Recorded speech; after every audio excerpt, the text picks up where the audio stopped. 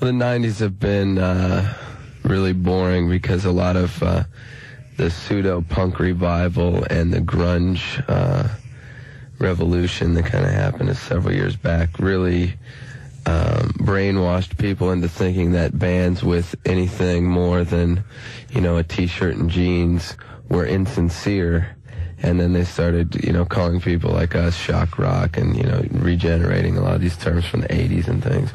But I've always felt that, this is what rock and roll was meant to be. The bands that I grew up liking, Kiss and Bowie and Alice Cooper and things like that, were all very powerful icons, and I think that's an important part of music. And it's no surprise that we would continue on in that fashion. But it's something that, hopefully we'll see more of in music in the 90s, the end of the millennium here. My question is, do you feel that you've gained power from your success?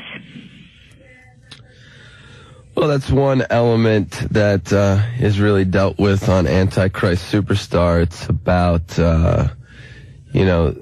not only the power that we've gotten to at this point, but what will be achieved in the years to come. And I feel that, yes, we have gained some popularity, but I don't feel like we have succeeded or that we're done with what we achieved to accomplish. I was wondering, did you have a happy childhood? Some parts of it were. In the past, I've talked a lot about things that happened to me as a kid, but not all of it's been bad. In fact, I think most of it really gave me the power to be where I'm at now, because I chose not to be victimized by the things that happened to me as a kid.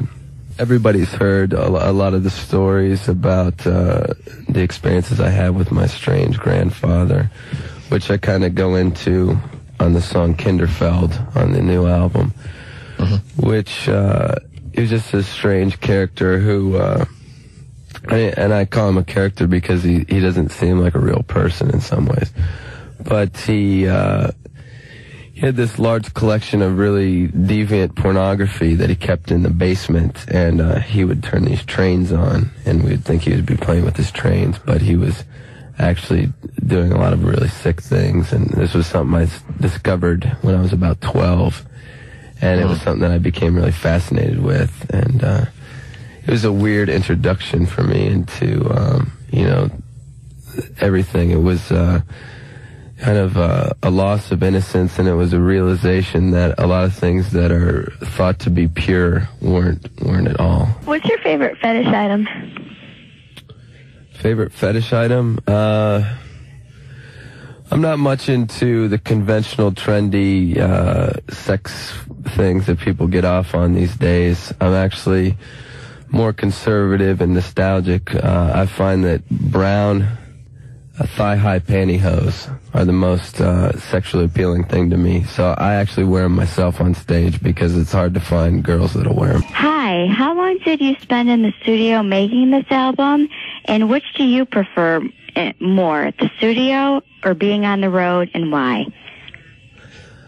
We spent about 6 months in the studio trying to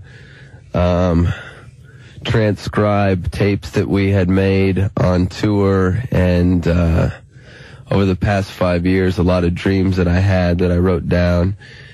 And we spent a lot of time,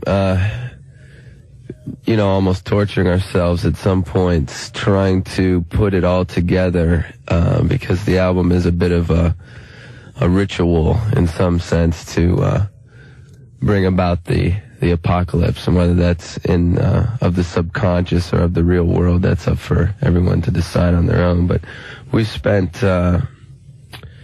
6 hard months of sleep deprivation, drug experimentation, and all sort of pain rituals and things, trying to tap into the subconscious and find this record. And when we were done, it was a great weight off of our backs. Yeah, what bands did you guys listen to when you were growing up?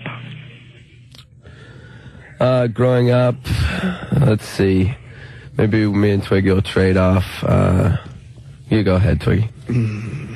Well, Dr. Hook, Iron Maiden, Wasp, Bauhaus, Stooges, Adamant. You know, I mentioned before Bowie and Alice Cooper and Kiss and that thing.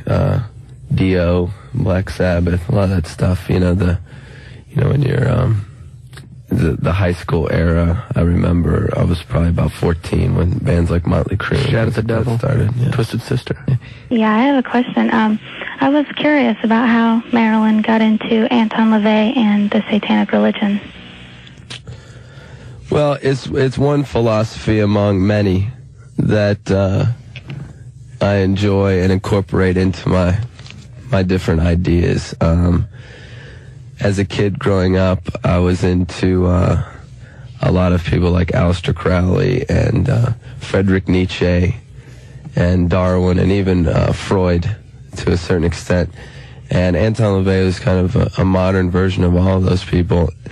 And Satanism is something that gets really sensationalized in America, but it's really a philosophy about self-preservation and being an individual, and being your own God. It doesn't really have a whole lot to do with worshiping the devil. In fact, at this point, if I'm not mistaken, Marilyn Manson is bigger than Satan.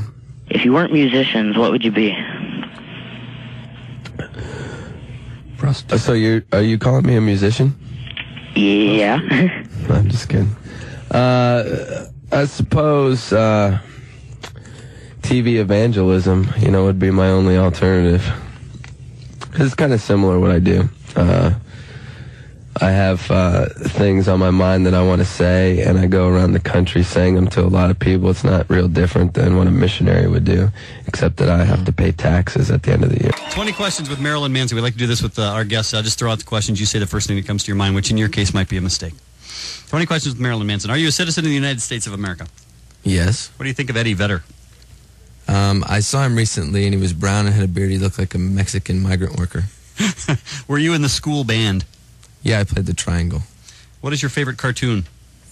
I guess I'm going to go with the popular South Park. Do you think Jesus really had a beard?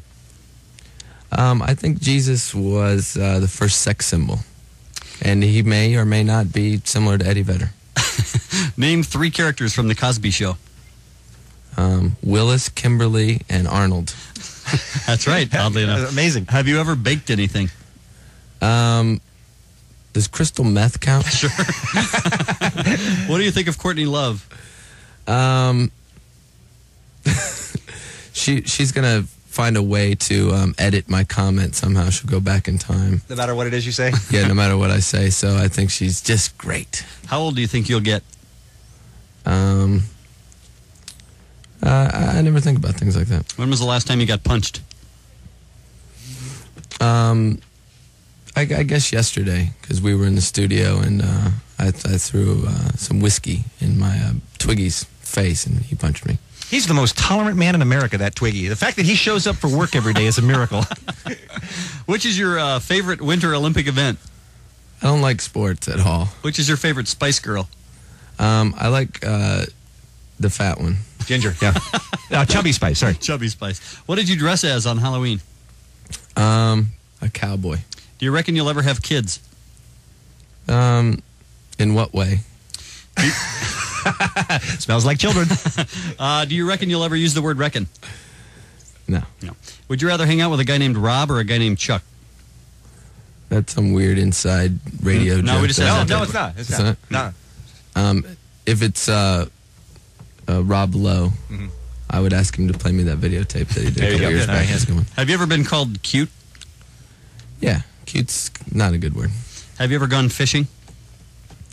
I did go fishing as a kid. Really? A couple times. And what do you think of Tony Orlando and or Don? Personally, I'm more Captain and Tennille than I'm with you. Orlando. I'm with you there. That's the way we figured. That's right. We took bets Figured that. earlier. We figured you'd go Captain. The hat. 20 questions with Marilyn Manson. Marilyn, you have been a terrific guest. We've really